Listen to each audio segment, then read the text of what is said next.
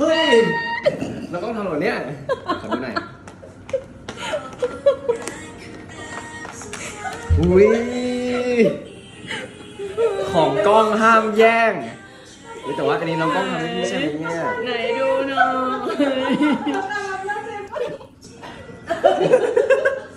เขาได้ตั้งเข้ากล่องเราได้กล้วยแค่ลูกเดียว ของก้อ มีข้าวต้มมัดด้วยน้องเจมอ่ะ ไหนครับ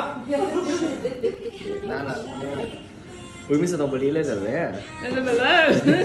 ครบ5 หมู่เลย วอร์ม ไหน เลย ห้าหมูอ่ะหมูกบเมื่อวานนะปะ ใช่นี่หมูกบนี่หมูเต่าอันนี้ แม่หาแม่เจมมาหาแม่ หมูไข่ต้ม เจมมาหาแม่ลูก หมูจิ้งจกอุ้ยของทำน้อง จิ้งจ กล้ อ อง ก น่ารั อ่ะ ก ปะ มาก อืม น่ากิน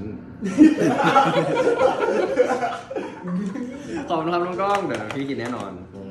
เก็บไว้ก่อนเดี๋ยวกลับบ้าน